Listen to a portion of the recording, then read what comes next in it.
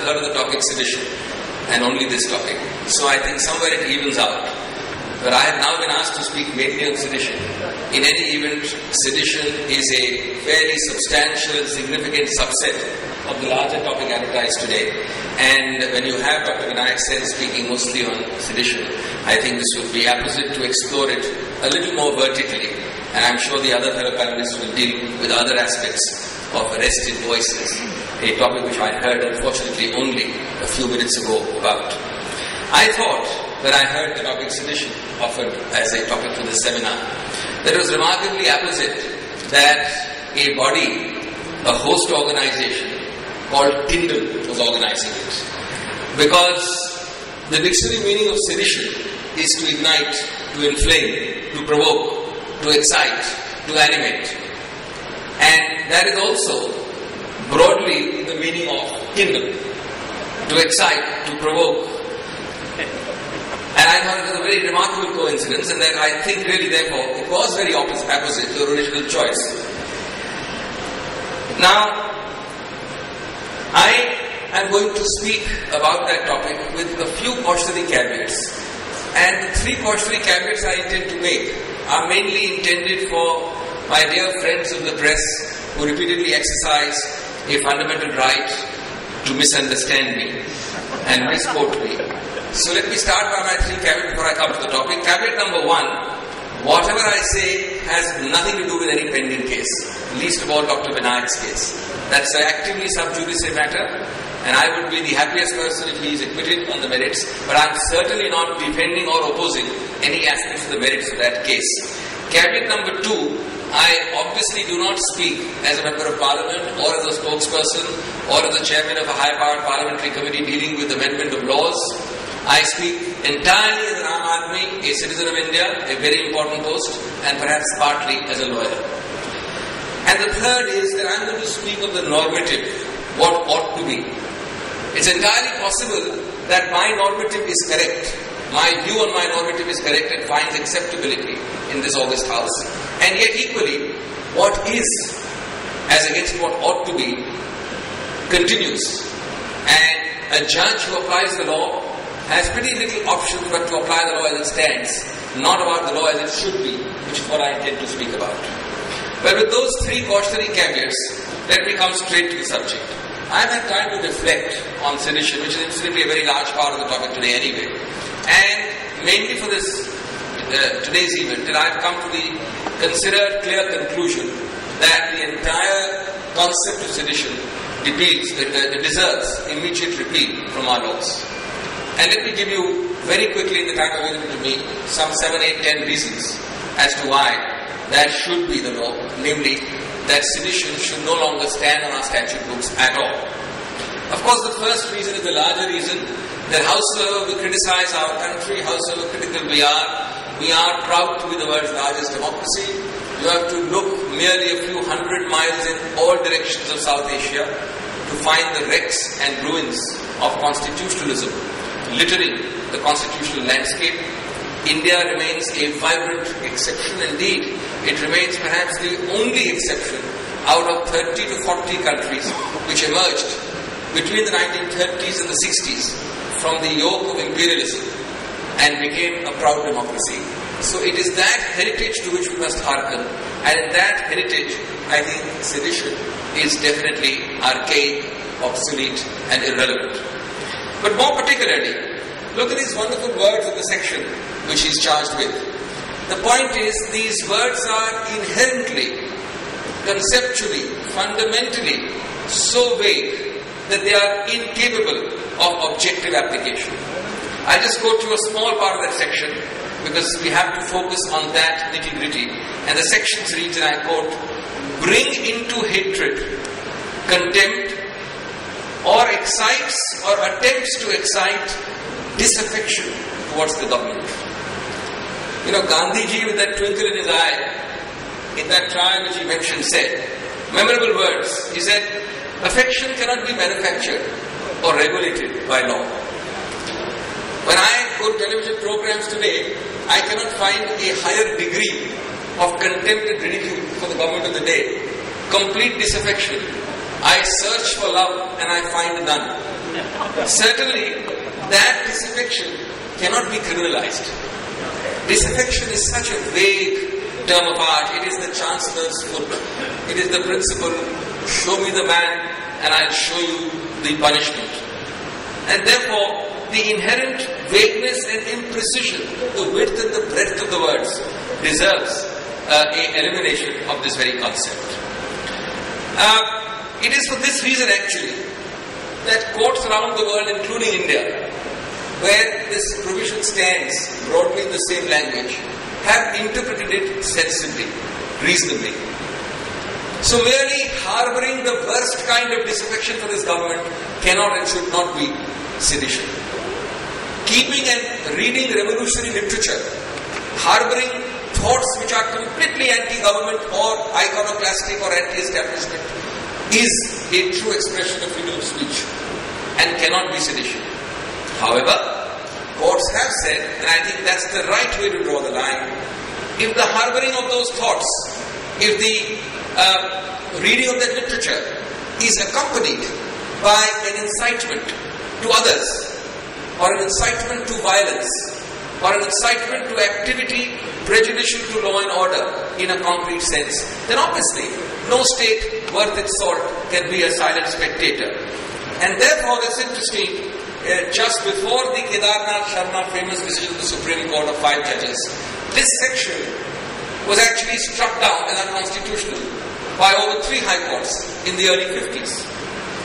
When the appeals travelled from the Indian High Court to the Supreme Court would normally have upheld the High Courts striking down the section. They actually upheld the section and reversed the High Courts only on the basis saying that we do not read the section in a literal sense as it is written. We will not criminalize disaffection or exciting hatred or contempt, because what is hatred for you is not hatred for the next man. We will uphold the section by reading it down, the phrase which lawyers and judges use. And we read it down by saying that unless and until it is accompanied by incitement to violence, unless and until the swing of your hand comes across somebody else's nose on the path, this is a valid section. And that is therefore clear that a judge today in any court in India who interprets or misinterprets this section without that salutary boundary limit is in fact crossing the boundary laid by the Supreme Court, which would not have upheld the section as a valid section but for that boundary. In fact, that boundary is part of a larger principle exemplified by John Stuart Mill, who had called it the harm principle.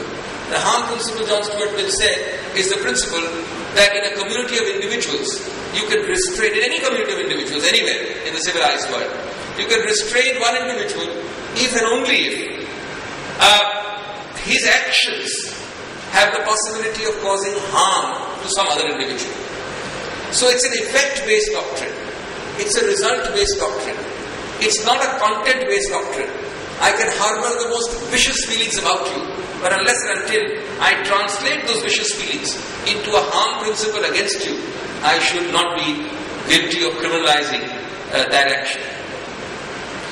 I think it's also important to remember that when our great article 19(1)(a) of the Constitution, which is the freedom of speech and expression and includes the freedom of the press, it was being debated in the Constituent Assembly, and the article at that time was numbered Article 13. Kanayalal Munshi debated it vigorously, and in the original Article 13, the predecessor of Article 19(1)(a), an exception to freedom of speech was sedition in the draft article. It's very interesting. Namely, you could derogate from free speech on the ground of sedition. And Kanayalal Munshi, in a powerful speech, laid out these reasons and said there is no business for a section like sedition, for an offence like sedition, in the context of free speech. And therefore, as Article 13(1)(a) draft form in the Constituent Assembly metamorphosed into the present Article 19(1)(a) in our Constitution, sedition as a ground for derogation from 19(1)(a) was dropped.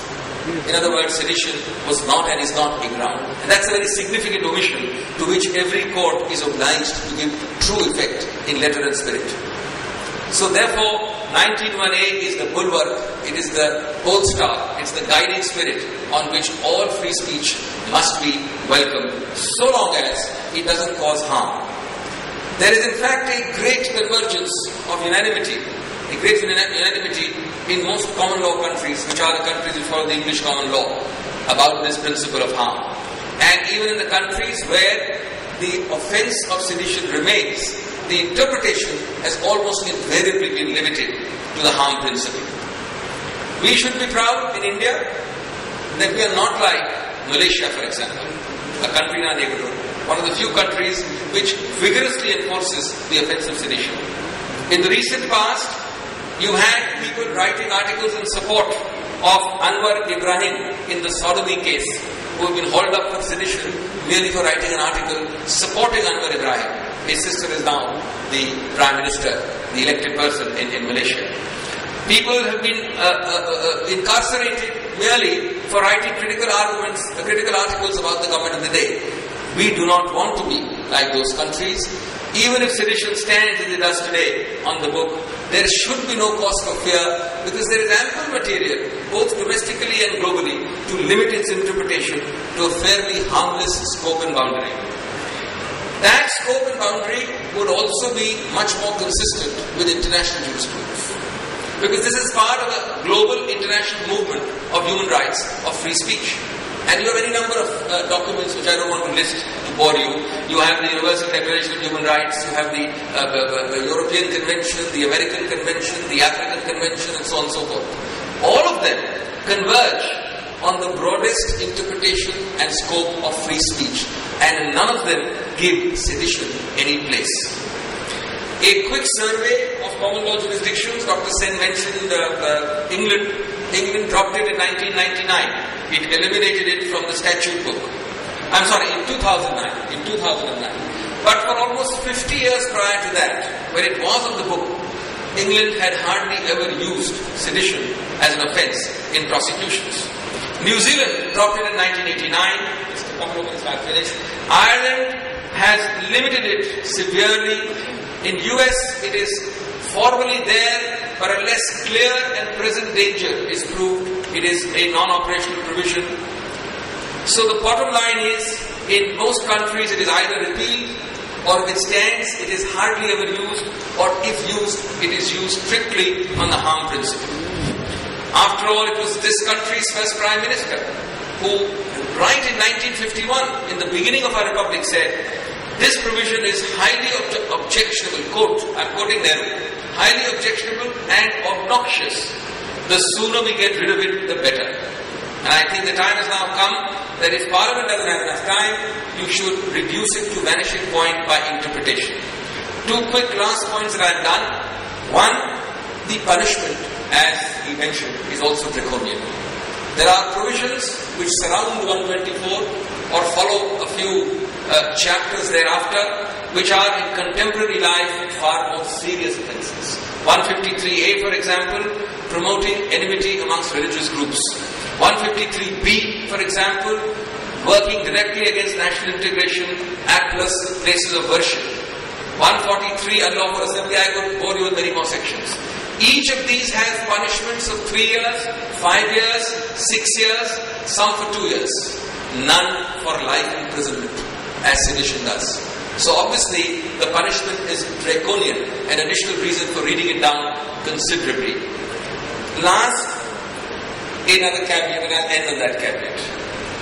I would like to enter the specific caveat that in a country like India, beset by diverse forms of terrorism,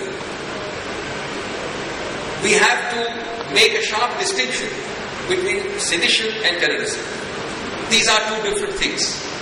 Where whatever I have said is in respect of this ridiculously vaguely worded section, the words which I have said. It doesn't mean that we need to tinker with the terrorist provisions or the terrorism provisions in the context of sedition. There is no need. That's a different debate altogether. And that's a debate which doesn't necessarily intersect at all. But certainly, without touching that part of it, and lest my remarks be misunderstood to be meaning to do anything with terrorism, there is absolute and full scope for a vibrant, proud democracy like India to reduce this provision to vanishing point. Thank you very much.